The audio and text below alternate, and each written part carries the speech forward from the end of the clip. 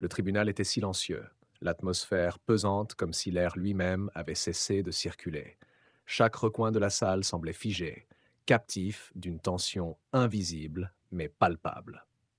Le juge Léonore Dupont, une femme d'une quarantaine d'années, au regard perçant et à l'apparence froide, siégeait derrière son bureau imposant, en face du banc des accusés. Le jeune garçon, Malachi Williams, était debout devant elle. Il n'avait que 13 ans, mais sa présence imposait une certaine force étrange. Malachi n'était pas un délinquant typique. Son regard intense et ses traits marqués par une enfance difficile faisaient de lui une figure atypique dans ce genre d'affaires. Il était accusé de violation de domicile, un crime qu'il n'avait pas commis intentionnellement. Tout avait commencé par une simple erreur, ou peut-être était-ce le destin qui l'avait placé dans cette situation. Le procès était sur le point de se terminer. Le procureur avait pris la parole avec assurance, détaillant les accusations avec force, sans se douter que la vérité qu'il croyait évidente allait se retourner contre lui. Il a forcé l'entrée dans une maison privée, déclarait le procureur d'une voix ferme. Malachi Williams, vous avez pénétré dans la propriété de monsieur et madame Lemoine sans autorisation. Que pouvez-vous dire en votre défense? Malachi se tenait droit, son regard fixant intensément la juge. Il n'avait pas l'air effrayé. En fait, il paraissait presque calme, comme s'il savait quelque chose que les autres ignoraient. Sa bouche s'était tendue en une fine ligne, mais dans ses yeux, il y avait une lueur qui trahissait la profondeur de son esprit. Le silence s'étira, lourd, avant que Malachi ne prenne la parole. Il leva lentement la tête, regarda la juge droit dans les yeux, et d'une voix calme mais pleine de certitude, il déclara « Vous êtes ma mère ». Le murmure traversa la salle comme un frémissement, un souffle suspendu dans l'air. Les avocats échangèrent des regards perplexes, le procureur haussait les sourcils, mais personne n'osa interrompre. La juge Léonore Dupont, pourtant habituée aux confessions, aux pleurs et aux mensonges, resta figée, son expression indéchiffrable. L'écho de ses paroles sembla résonner dans ses propres oreilles, comme une cloche qui ne voulait pas s'arrêter de sonner. Que dites-vous, monsieur Williams? Sa voix trembla légèrement. Ce genre de déclaration n'a pas sa place ici. Malachi se rapprocha légèrement du banc des accusés, sans jamais détourner son regard. Il répéta doucement, mais avec une conviction inébranlable, « Vous êtes ma mère, et je sais pourquoi vous ne m'avez pas reconnu. » La juge, qui avait toujours gardé son calme en toutes circonstances, sentit un frisson d'incertitude la traverser. Ses mains tremblèrent légèrement alors qu'elle ajustait ses lunettes. Elle se redressa dans son fauteuil, observant le garçon avec une intensité nouvelle, ses pensées se bousculant. Le silence s'étira encore, chaque personne présente dans la salle attendant une réaction. La juge prit une profonde inspiration, puis, d'une voix plus basse, presque effrayée, elle dit « Ce n'est pas possible. Vous vous trompez, Malachi. Vous devez vous tromper. » Mais Malachi ne sembla pas perturbé par la réaction de la juge. Il avait ses raisons. Il avait passé des mois à chercher, à comprendre, à assembler les pièces du puzzle. Et maintenant, il savait. Tout à coup, un frisson de compréhension traversa la salle. Quelqu'un s'était-il trompé? Avait-il mal interprété les faits? Et si ce n'était pas juste une erreur de la part d'un enfant qui voulait échapper à une accusation? Et si, en effet, il y avait une vérité plus sombre et plus profonde derrière cette déclaration? La juge, déstabilisée, se leva lentement de son siège, ses yeux fixant Malachi avec une intensité nouvelle. Elle tenta de garder sa posture imposante, mais son visage trahissait une peur grandissante. Ah, une peur qu'elle ne pouvait plus dissimuler. Malachi, quant à lui, semblait attendre sa réponse. Il savait que la vérité finirait par éclater, mais il ne savait pas encore jusqu'où cela allait le mener. Ni lui ni la juge n'étaient prêts pour la révélation qui allait bouleverser leur vie à jamais. L'audience se poursuivait, mais un nouveau mystère venait naître dans cet espace clos. Le regard de la juge, Léonore Dupont, restait fixé sur le jeune garçon, Malachi. L'assemblée stupéfaite semblait figée dans un instant suspendu, comme si la réalité elle-même hésitait à suivre le cours des événements. Malachi, toujours aussi calme, ne détournait pas les yeux de la juge. Il savait que ce moment était crucial, et il ne pouvait plus faire marche arrière. La juge, après avoir pris un moment pour reprendre ses esprits, se racla la gorge et posa ses mains sur le dossier de son fauteuil. Elle avait besoin de temps pour digérer cette déclaration qui semblait défier toute logique. Un enfant de 13 ans face à elle l'accusait d'être sa mère. Comment cela était-il possible? Elle avait toujours cru qu'il n'avait aucun enfant. Malakai, commença-t-elle d'une voix qui trahissait une pointe d'incertitude. Ce que vous dites n'a ni sens ni fondement. Je n'ai jamais eu d'enfant. Vous devez vous tromper. Mais Malakai n'était pas convaincu.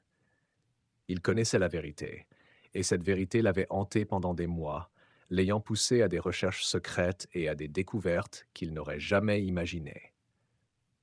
Il prit une grande inspiration et, d'une voix plus forte, plus assurée, il répondit « Non, vous ne vous trompez pas, j'ai trouvé des preuves, et je vais tout vous expliquer. » Il se tourna vers l'avocat de la défense, un homme âgé qui était resté silencieux tout au long du procès, les yeux rivés sur les documents devant lui. D'un signe discret, Malakai lui fit comprendre qu'il avait quelque chose de crucial à dire. Le juge Léonore Dupont observa la scène, légèrement agacée. Elle ne voulait pas que l'affaire prenne une tournure aussi personnelle. Elle avait l'habitude de gérer des affaires compliquées, mais celle-ci la mettait mal à l'aise. Elle avait un secret qui la liquait à ce garçon, mais elle n'était pas prête à y faire face. Malakai, avec une tranquillité presque effrayante, se tourna à nouveau vers la salle d'audience et s'adressa à tous les présents. Il y a des années, vous avez pris quelque chose de très important pour moi. Quelqu'un m'a enlevé à ma mère et j'ai passé des années à chercher ma vraie famille. Les murmures parcoururent la salle comme une vague, se propageant rapidement, les visages des avocats et des jurés se tournant vers lui avec incrédulité. La juge, quant à elle, ne pouvait plus détourner son regard. Son visage pâlissait et son souffle devenait plus court. Elle avait l'impression que la terre se dérobait sous ses pieds. Malakai s'avança d'un pas, se plaçant à mi-chemin entre le banc des accusés et le bureau du juge. Il continua. « Je ne suis pas ici par hasard. J'ai trouvé des documents dans les archives de l'État, des informations cachées, des dossiers oubliés. Tout indique que vous êtes ma mère biologique et j'ai des preuves à l'appui. » La juge ferma les yeux un instant, le visage tendu. Elle avait cru pouvoir cacher son passé, ce passé qu'elle avait juré de laisser derrière elle. Mais il semblait qu'il n'était plus possible d'échapper à la vérité. Elle avait toujours su au fond d'elle-même que ce jour finirait par arriver, mais elle ne pensait pas que ce serait sous cette forme-là. Le procureur, un homme plutôt jeune, se leva brusquement. Il n'avait pas encore pleinement compris ce qui venait de se passer. Il se tourna vers la juge avec une expression d'angoisse. « Votre honneur, vous devez clarifier cela immédiatement. Si ce que cet enfant dit est vrai, cela change tout. Vous ne pouvez pas. » Léonore ne l'écoutait pas. Son esprit est en proie à une tourmente qu'elle n'avait jamais ressentie auparavant. Elle n'avait pas encore pris de décision, mais les conséquences de cette révélation risquaient d'être bien plus graves qu'elle ne l'avait imaginé. Malakai, voyant que la juge est en proie à la confusion, se tourna vers le public. Il savait qu'il devait continuer à dévoiler la vérité, aussi déstabilisante soit-elle. Il plongea la main dans sa poche et en sortit un vieux carnet, usé par le temps. Il l'ouvrit lentement et en sortit une photographie jaunie, la montrant à la juge. « Regardez cette photo, dit-il d'une voix calme, c'est vous. Je l'ai retrouvée dans les archives. Je vous reconnais. Et cette photo prouve que vous avez été avec mon père avant qu'il ne disparaisse. » Un silence total régna dans la salle. La juge se pencha en avant, scrutant la photo avec une attention morbide. Les visages des autres membres du tribunal étaient figés, comme si un vent glacial venait de souffler sur eux. Léonore s'écarta lentement de son bureau, le regard fixé sur la photo. La photo était ancienne, mais elle était claire. Une jeune femme souriante, assise à côté d'un homme qu'elle connaissait bien, et au fond, l'ombre d'un enfant. L'enfant qui, à cet instant, se tenait face à elle. Son cœur s'emballa, un malaise grandissant dans sa poitrine. La vérité, si elle éclatait, n'aurait plus de retour possible. Le silence était lourd dans la salle d'audience. Chaque respiration semblait amplifiée, chaque mouvement était scruté. Malakai tenait toujours la photo dans ses mains, et la juge, Léonore Dupont, semblait perdue dans une mer de souvenirs qu'elle avait soigneusement enfouis. Son regard se fixait sur cette image, mais la vérité qui se cachait derrière semblait trop insupportable pour être acceptée. Elle se leva brusquement, une main se posant sur son front comme pour apaiser une douleur soudaine.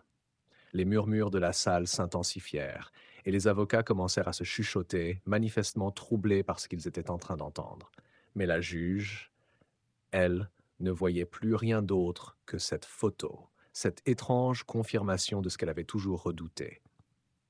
Malakai brisa le silence, sa voix froide et déterminée. Vous ne pouvez pas fuir la vérité, madame. J'ai passé des années à rechercher des indices. J'ai trouvé ce que j'ai trouvé, et je suis venu ici aujourd'hui, non pas pour accuser, mais pour comprendre. Pourquoi m'avez-vous abandonné? Léonore ferma les yeux, luttant contre l'émotion qui montait en elle. Elle avait juré de ne jamais parler de cette époque, de ce qu'elle avait fait, mais il était trop tard maintenant.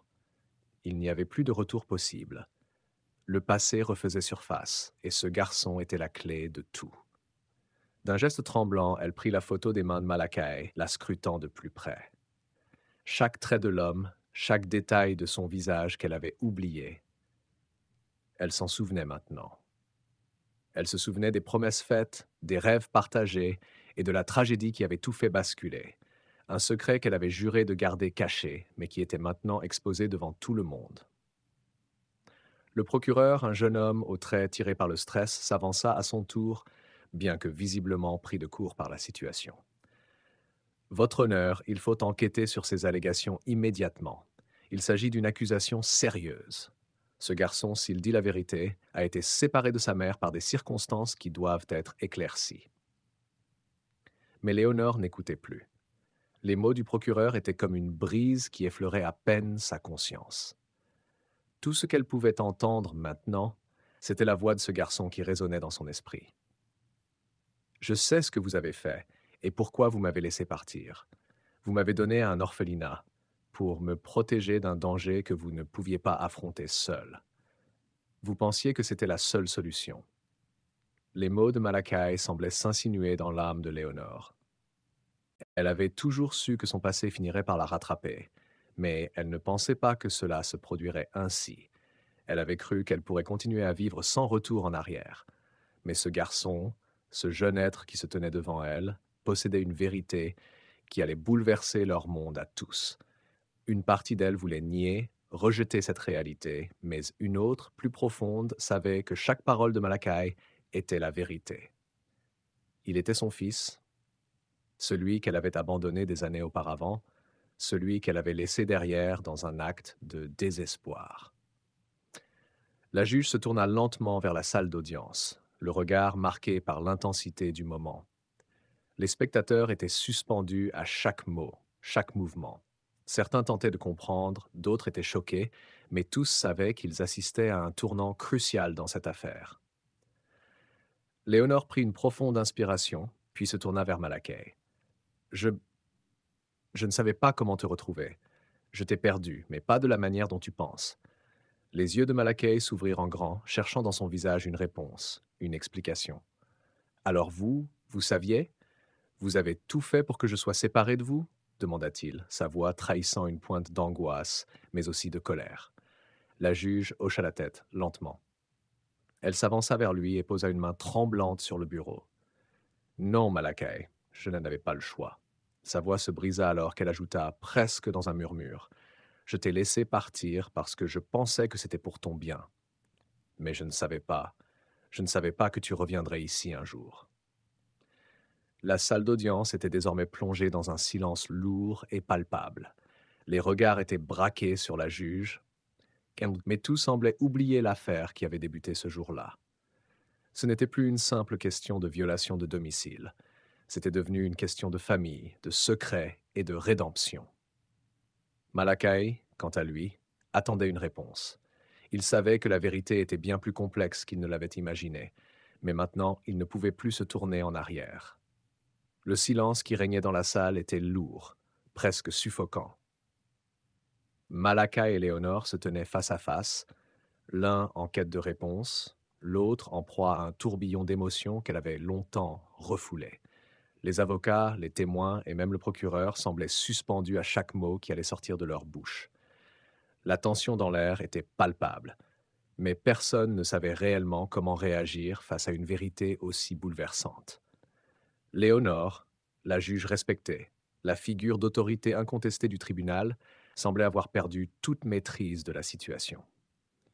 Elle avait toujours cru que son passé était enterré, que les décisions qu'elle avait prises étaient irréversibles.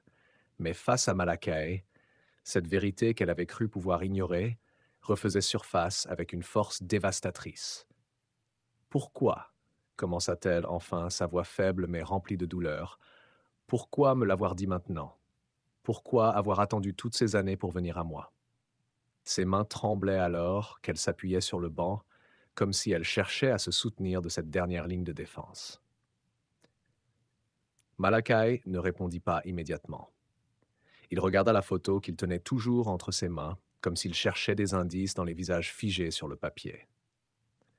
Il savait que cette image avait un pouvoir bien plus grand que ce qu'il avait imaginé. Cette vieille photo, un vestige du passé, était le fil conducteur entre lui et une mère qu'il n'avait jamais connue. Parce que j'ai cru que je pouvais vivre sans toi, dit-il enfin plus calme mais marqué par une profonde souffrance. J'ai cru que je pouvais oublier. Mais maintenant que je sais, maintenant que je vois, je ne peux plus tourner la page. Les larmes montaient aux yeux de Léonore, mais elle ne les laissa pas couler. Elle ne pouvait pas se permettre de montrer sa vulnérabilité. Pas ici, pas devant tout le monde. Mais le poids de la vérité, son propre passé qu'elle avait essayé de fuir, la faisait vaciller. Elle était une juge, un modèle de rigueur et de justice. Pourtant, ce garçon, cet enfant qu'elle avait perdu de vue des années auparavant, venait de bousculer toute sa vie. Soudainement, un éclair de lucidité traversa l'esprit de Léonore. Elle se leva brusquement et fit signe à l'huissier de venir près d'elle. Ils échangèrent quelques mots à voix basse, et l'huissier s'éloigna rapidement. Léonore se tourna vers Malakai avec une expression plus déterminée. Malakai, il y a quelque chose que je dois te dire. Ce que tu viens de découvrir est bien plus complexe que tu ne le penses. Sa voix tremblait, mais elle s'efforça de garder son calme. Ce que j'ai fait, ce que nous avons fait, ça ne se résume pas à un simple acte de rejet. Il y avait des raisons que tu ne peux pas encore comprendre. Les yeux de Malakai s'écarquillèrent et un frisson traversa son corps. Il s'approcha du banc de la juge, ses mains serrées autour de la photo, comme si elle était la clé pour déverrouiller une porte qui avait été fermée depuis trop longtemps. « Que voulez-vous dire ?» demanda-t-il, sa voix soudainement pleine de défi.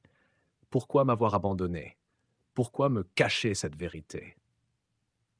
Léonore ferma les yeux un instant, comme si elle cherchait la force de dire ce qu'elle avait enfoui dans son cœur pendant tant d'années. Quand elle rouvrit les yeux, une lueur de résolution brillait dans son regard. « Parce que, dit-elle lentement, il y avait des forces bien plus puissantes à l'œuvre, des gens qui nous surveillaient, des gens qui nous manipulaient. » Malakai, perplexe, ne comprenait pas. « Qui ?» demanda-t-il, sa voix trahissant son incompréhension grandissante. Léonore inspira profondément. « Ce que tu ignores, c'est que ton adoption, ton placement à l'orphelinat n'était pas un simple accident. Il y avait des gens qui voulaient nous séparer, qui voulaient effacer toute trace de ton existence. » Le procureur, qui jusque-là n'avait pas pris part à la conversation, s'avança alors. « Madame, vous semblez dire que toute cette affaire est liée à une conspiration? Une manipulation extérieure ?» demanda-t-il, le doute et la confusion évidents dans sa voix. Léonore hocha lentement la tête, mais avant qu'elle puisse continuer, l'huissier entra à nouveau en salle, cette fois avec un document à la main. Il remit le dossier à la juge et elle le feuilleta rapidement, son visage pâlissant au fur et à mesure de sa lecture. Les mains de Léonore tremblaient alors qu'elle fixait le document. Elle ne s'attendait pas à ça. Ce qui était écrit sur ces pages allait tout changer.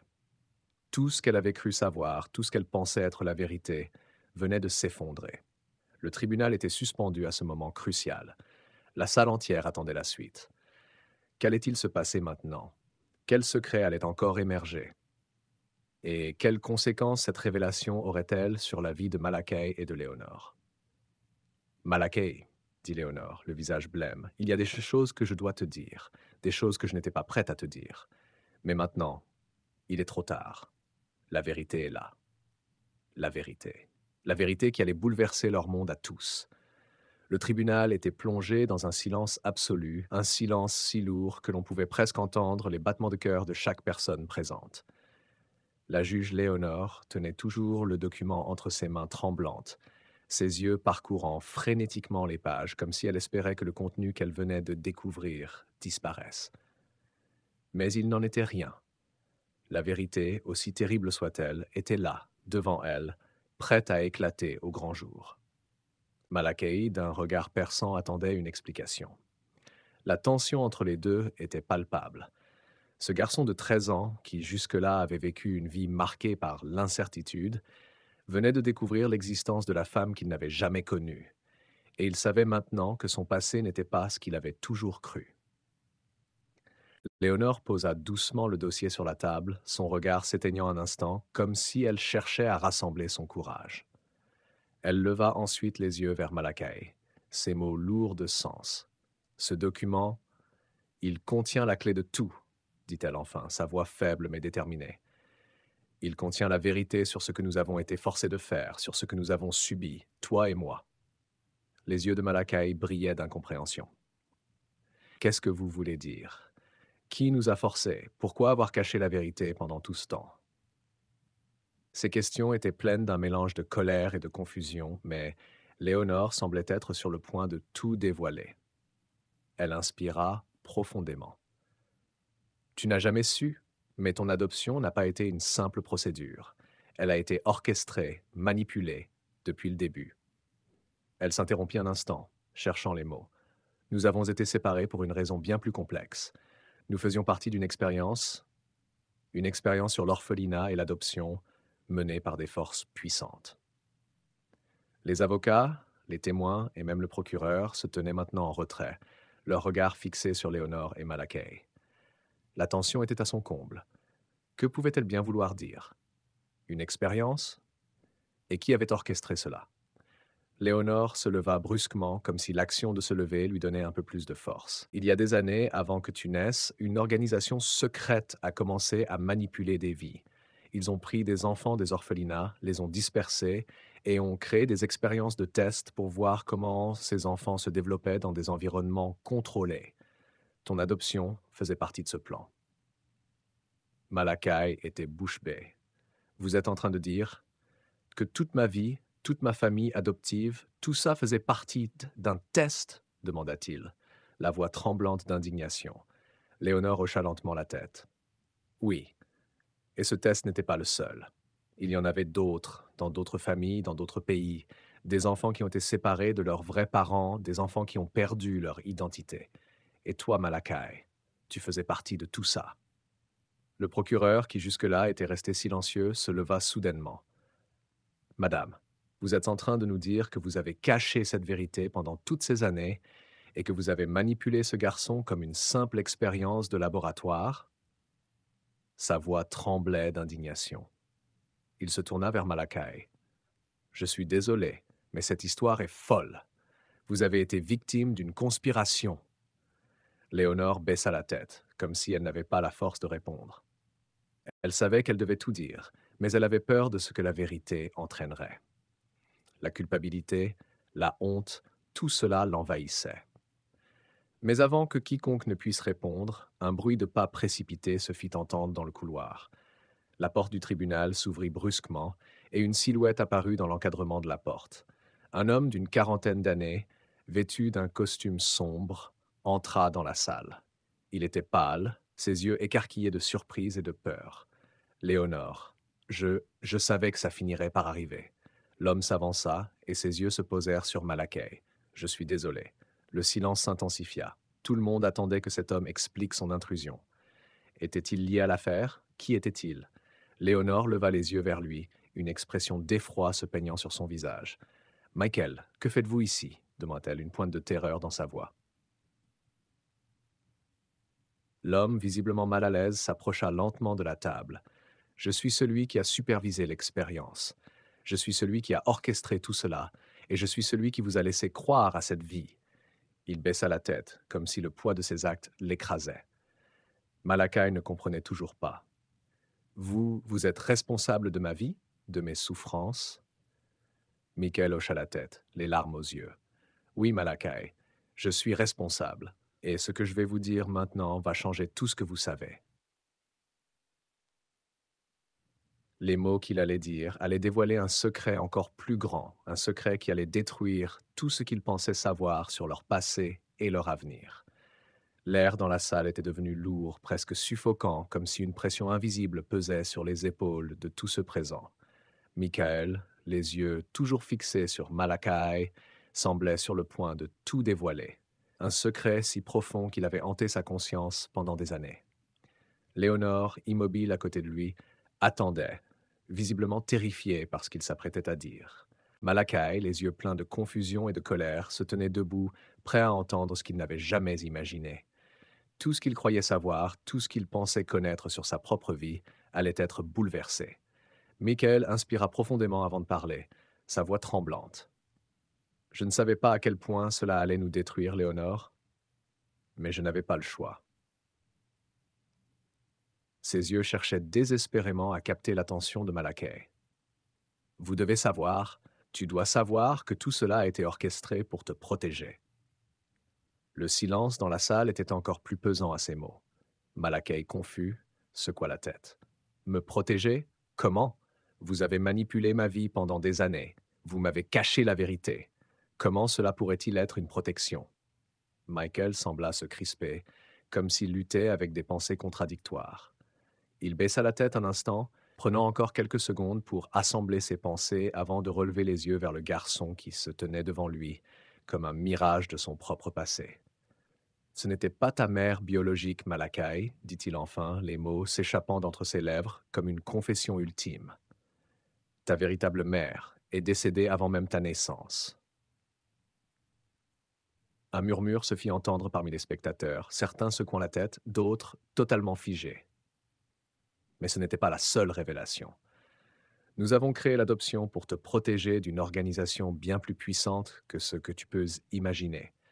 Elle aurait voulu utiliser ton génie, ton potentiel, pour des choses horribles, des choses qui auraient changé le cours de l'histoire, continua Michael, les yeux emplis de regret. Ta mère, Léonore, elle faisait partie d'un complot pour sauver ta vie. Léonore écarquilla les yeux, ne s'attendant clairement pas à cette tournure des événements. Elle fit un pas en avant, ses mains tremblantes. Tu veux dire qu'il n'est pas, que ce n'est pas mon fils biologique? Sa voix était brisée, comme si le sol sous ses pieds venait de s'effondrer. Michael acquiesça lentement. Non, il a été placé ici, dans cette famille, pour échapper à un destin encore plus sombre. Le procureur, qui était resté en retrait jusque-là, s'avança, visiblement choqué par cette révélation. Mais si tout cela était pour sa protection, pourquoi avoir attendu si longtemps pour tout lui dire? Pourquoi avoir laissé des années de souffrance et de confusion dans sa vie? Michael baissa la tête, coupable, parce que l'organisation qui nous poursuivait nous surveillait constamment. Nous ne pouvions pas vous dire la vérité sans risquer de vous perdre à tout jamais. Malakai se tourna alors vers Léonore, son regard de plus en plus dur. Vous n'avez pas voulu me protéger, vous m'avez enfermé dans une cage, dans une illusion. Sa voix tremblait, mais il se tenait ferme. Vous m'avez privé de ma véritable histoire, de ma véritable famille. Les mots frappèrent Léonore en plein cœur. Elle ferma les yeux un instant, comme si elle essayait de trouver un moyen de justifier ce qu'elle avait fait, mais il n'y avait aucune justification possible. Elle l'avait trahi de la manière la plus cruelle qui soit. Mais avant qu'elle ne puisse réagir, Michael prit la parole, son regard implorant. Il est trop tard pour réparer les dégâts, mais il reste une chance de vous réunir, de reconstruire ce que vous avez perdu. Il se tourna vers Malakai. Il y a quelque chose que je dois te montrer. Malakai leva un sourcil. Quoi? Michael fit un geste vers une porte secrète à l'arrière du tribunal. Suis-moi. Il y a un endroit où tu trouveras des réponses que même moi je n'avais pas. Le garçon hésita un instant, un mélange de colère et de curiosité dans ses yeux. Puis, sans un mot, il se tourna et suivit Michael, se frayant un chemin parmi les avocats et les témoins ébahis. Léonore les regarda partir, son cœur serré. Mais elle savait que ce qu'ils allaient découvrir pourrait tout changer. Ils allaient enfin comprendre pourquoi l'histoire de Malakai avait été écrite dans l'ombre et dans le secret. Ce qu'ils trouveraient au-delà de cette porte allait bouleverser le cours de leur vie à jamais. La salle du tribunal, plongée dans un silence lourd, semblait suspendue dans le temps. Malakai, toujours en proie à une colère mêlée d'incertitude, suivait Michael à travers des couloirs sombres et étroits, loin des regards curieux. Chaque pas résonnait dans l'ombre comme un écho du passé, de secrets enfouis depuis trop longtemps. Au bout du corridor, une porte en bois massif se dressait devant eux. Michael posa sa main sur la poignée et, d'un geste lent, l'ouvrit. À l'intérieur, une pièce minuscule, à peine éclairée, avec des papiers éparpillés, des livres anciens et des dossiers soigneusement empilés. L'air y était froid, comme si cet endroit avait été scellé depuis des années. Malakai entra, ses yeux cherchant désespérément des réponses, des indices qui pourraient expliquer ce mystère dans lequel il était plongé. Michael s'approcha d'une table encombrée de documents et en sortit une boîte en bois usée. Il la posa devant Malakai qui la regardait avec méfiance. Ce que tu es sur le point de découvrir. Cela changera tout, dit Michael, sa voix empreinte d'une gravité qu'il n'avait jamais montrée auparavant. Malakai, les mains tremblantes, ouvrit la boîte. À l'intérieur, il trouva une vieille photo, presque jaunie par le temps. Un visage familier, celui de sa mère, souriant devant un paysage qu'il n'avait jamais vu auparavant. Mais ce qu'il fit frissonner, c'était la personne à ses côtés, un homme qu'il n'avait jamais vu. Le nom, inscrit au dos de la photo, ne faisait qu'ajouter à la confusion. Henry Williams, le véritable père de Malakai. Malakai recula d'un pas, le cœur battant à tout rompre. Henry Williams, murmura-t-il, les mots étranglés par la surprise. Mon père. Michael hocha lentement la tête. Oui, Malakai. Henry Williams, le père que tu n'as jamais connu. Les révélations continuaient à se succéder comme une avalanche d'informations qu'il ne pouvait pas encaisser. Mais il devait comprendre. Il devait savoir.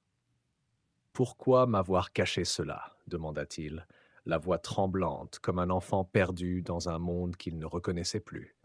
Pourquoi m'avoir menti pendant toutes ces années? Michael se tourna alors vers lui, un regard empli de regret. Parce que ton père n'était pas un homme ordinaire. Il était impliqué dans des affaires très sombres, des organisations secrètes, des hommes puissants qui cherchaient à utiliser ta génétique, ton intelligence, pour leurs propres fins. Un frisson parcourut l'échine de Malakai. Vous me protégiez donc de tout ça? Michael acquiesça, mais son expression se durcit. Oui, mais cela n'a pas été facile. J'ai dû prendre des décisions difficiles pour te garder à l'abri. Là, dans cette pièce obscure, les pièces du puzzle se mettaient enfin en place. Le passé de Malakai n'était pas un simple accident de la vie. C'était un jeu dangereux, une partie d'échecs géante dans laquelle il était, sans le savoir, l'une des pièces les plus précieuses. Mais les révélations ne s'arrêtaient pas là. Michael ouvrit un autre tiroir et en sortit un dossier épais, couvert de tampons et de sceaux. Tu dois voir ça. C'est le dernier testament d'Henri. Malakai s'approcha, et à mesure qu'il parcourait les pages, son visage se décomposa. Ce qu'il lisait dépassait tout ce qu'il avait pu imaginer. Des détails sur son père, sur les organisations secrètes, et sur un projet qui l'impliquait directement. Ce que tu es, ce que tu vas devenir, a déjà été décidé, Malakai, dit Michael, ses mots lourds de sens. Ils veulent que tu sois le prochain héritier, celui qui contrôlera tout. Les mots résonnèrent dans la pièce comme un coup de tonnerre. Tout était là, tout était écrit. Le destin de Malakai n'était pas seulement celui d'un garçon cherchant à comprendre qui il était. C'était celui d'un homme qui pourrait changer le monde, pour le meilleur ou pour le pire. Mais une question persistait, une question à laquelle personne ne semblait répondre. Pourquoi Malakai? Pourquoi lui et pas un autre? Alors que Michael s'apprêtait à ajouter un dernier détail crucial, un bruit sourd se fit entendre à la porte. Quelqu'un frappait. La porte s'ouvrit lentement et une silhouette familière entra dans la pièce. C'était Léonore. Elle fixa Malakai, puis Michael, les yeux remplis de douleur. « J'ai compris maintenant, dit-elle d'une voix tremblante. Mais je suis trop tard, n'est-ce pas? Malakai se tourna vers elle, le cœur lourd de toutes les vérités qu'il venait d'apprendre. Il n'avait pas de réponse, il n'y en avait pas. Tout était devenu trop complexe, trop chaotique. Ce que tu feras avec cette vérité, Malakai, Cela dépend de toi maintenant, dit Michael en se levant, son regard fixé sur le jeune garçon. Le monde attend une décision, la tienne. La dernière révélation n'était pas seulement celle du passé, elle était celle de l'avenir. Malakai n'était plus le même.